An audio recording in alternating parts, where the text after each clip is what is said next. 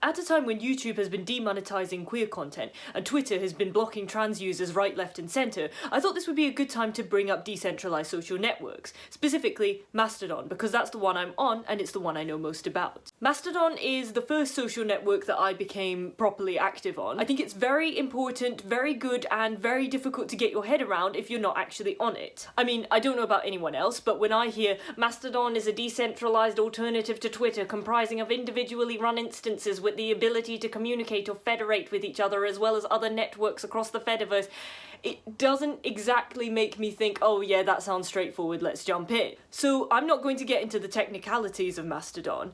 I'm going to focus on the experience as a user. I'm going to tell you why I think it's great and maybe provide a bit of a guide for people who are interested but don't know where to start. Mastodon was created by this guy in 2016. It was immediately overrun by furries, who set up a certain vibe for the place which I'm quite into. It was declared dead in the water by pretty much everyone else and immediately forgotten about. Today, Mastodon is still around and thriving. Because of its decentralized nature, working out the exact number of people on the entirety of Mastodon is quite difficult, but just to give you an idea, there are over 300,000 users on just the original instance, mastodon.social, alone. The general population of Mastodon seems to consist of furries, artists, tech bros, anarchists, and queers, with many people falling into several, or perhaps even all of these categories. It provides great content, such as this, and this. Every now and then, another article about how crap Mastodon is comes along, and it will frequently have criticisms such as it's quite quiet, or there's not enough political discourse going on, basically that it's not the never-ending political sushi conveyor belt that is Twitter. Which, for many of us, is kind of the point. For me personally, Mastodon and Twitter have very different functions, but I would say that Mastodon has quite a few genuine advantages over Twitter, most of which are to do with the decentralized nature of the site and the feature of instances. Mastodon isn't one big blob of a site like Twitter. It's comprised of thousands of individually run sites called instances, which communicate with each other to make up Mastodon as a whole. Each instance has its own admin, its own moderators, its own code of conduct, its own general sort of vibe and feel, and they can vary greatly in size. You can even set up your own instance if you want. Mastodon's layout is set out something like TweetDeck. By default, the posts, called toots, that you see will be split into 4 categories. People you follow, self-explanatory, people mentioning you, also self-explanatory, and the local and federated timelines. The local timeline provides you with toots from people on your instance. The federated timeline, on the other hand, provides you with toots from people followed by people you follow. For me, the best way of explaining instances is to compare them to a town or a village. The first people that you interact with and the first content that you're going to see is going to be from your own village, and you have to abide by that village's rules. There's nothing to stop you visiting other villages, or setting up second homes in those villages, or even moving to a completely different village if you want to. My initial concern with Mastodon was that it might be too segregated because of the instance feature, but it's really not. It doesn't provide any kind of barrier to communicating with the rest of the site at all. So you might be wondering, if there's no real segregation, then what's the point of having separate instances at all? Why not just lump them all together? There are a number of really good reasons for having instances, and I'm going to list them now. Feature number 1, no Nazis. Oh, well, I mean, there are some Nazis. I mean, come on, did you really expect me to provide you with a zone completely free of hate speech on the internet? However, each instance has its own set of rules and regulations, including which other instances you can access from that instance. As most of Mastodon seems to be comprised of decent people, what this means is that when a Nazi instance appears, it's immediately blocked by just about every other instance on the Fediverse. It's not a great way for the alt-right to spread their doctrine because they end up operating in these closed echo chambers just consisting of each other. For that reason, Mastodon isn't really favoured by Nazis and remains a largely Nazi-free zone.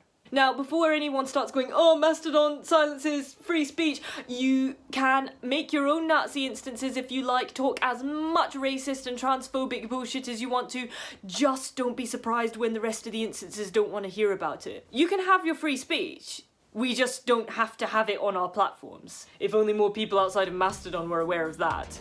2, no Twitter censorship.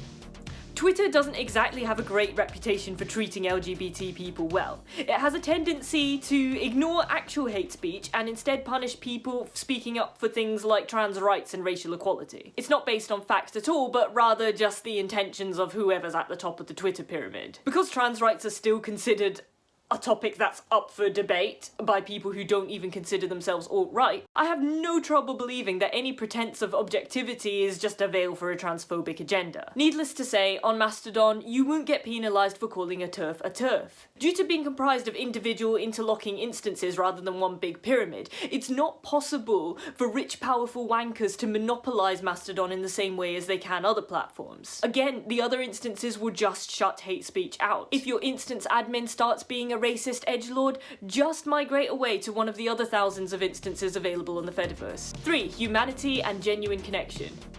This one's a bit mushy, but it's true. A singular entity like Twitter can be very overwhelming. Who are you supposed to talk to? Who are you supposed to interact with? How are you supposed to interact with them? A lot of social media can feel like shouting into the void, and nobody really wants to pay attention to you anyway, because who are you again? This is where instances really come into their own, and it's also why I would recommend going for a small instance over a larger instance. Because the smaller your instance is, the higher the chances are that you'll see repeated tweets from the same user on your local timeline. This allows you to immediately engage with people on a more personal level and start quickly building connections far faster and easier than you would somewhere like Twitter. I personally joined Mastodon because my friend, who I'm in this band with, was already on there. They'd shared the first video I'd ever uploaded to YouTube on Mastodon, and it was getting shared around despite the fact that these people had no idea really who I was, and I wasn't even on the site. I thought that was really sweet, so I made an account basically just to show my face and say thank you, and people immediately started engaging with and following me, which was weird. So I stuck around. On my first day I made this toot and it got boosted around a fair bit, so clearly a lot of other people share my sentiment. Try it, you might find the same. 4. Content warnings. Mastodon also has content warnings as an inbuilt feature.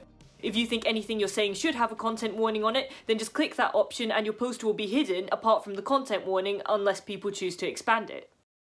There are no hard and fast rules when it comes to what you should and shouldn't content warn, but each instance tends to have its own general guidelines. Have a look at those and make sure you're happy with them before you join that instance. This, combined with the community feel that instances provide, in my opinion helps serve to make Mastodon a much more personal, friendly, and generally safe place than somewhere like Twitter. I personally use the two sites quite differently. I use Mastodon for personal stuff and shitposting, and I use Twitter for serious stuff and political rants. That's reflected in who I follow and what kind of content I engage with on each site, so this clear-cut distinction doesn't necessarily exist for everyone, but it's nice to know that it can, if you want it to. I know that for a lot of people I've spoken to, Mastodon is very much a place where you go when you want to have a rest from the rest of the internet. However, it also gives us a place to speak to each other when sites like Twitter are actively seeking to shut us up, and I think that that's quite important. Unless you know someone who's already on Mastodon, getting started can be kind of confusing, especially as some instances are invite only. Sign-ups to the major instances are often closed, and as I said, it makes more sense to join a smaller instance anyway. The question is, which one? I would say that the best way to get started is to know someone who's already on it. If you don't, maybe ask on Twitter or in your friend group, see if anyone can provide you any instance recommendations. Some instances do have themes, so it might be worth looking into that and seeing if there's one that would particularly suit your niche. Otherwise, just pick one at random and dive in. I mean, it's not permanent. If later on you start thinking, all the people on the nice.people instance seem pretty great, then you can just move. I think that's all I have to say on the subject. Drop me your comments in the description, feel free to @ me on Twitter, maybe I can provide you an instance recommendation if you like. Also, hello to everyone who's here from Mastodon, you're all wonderful. Thank you for watching, please like, subscribe, share, etc. Bye!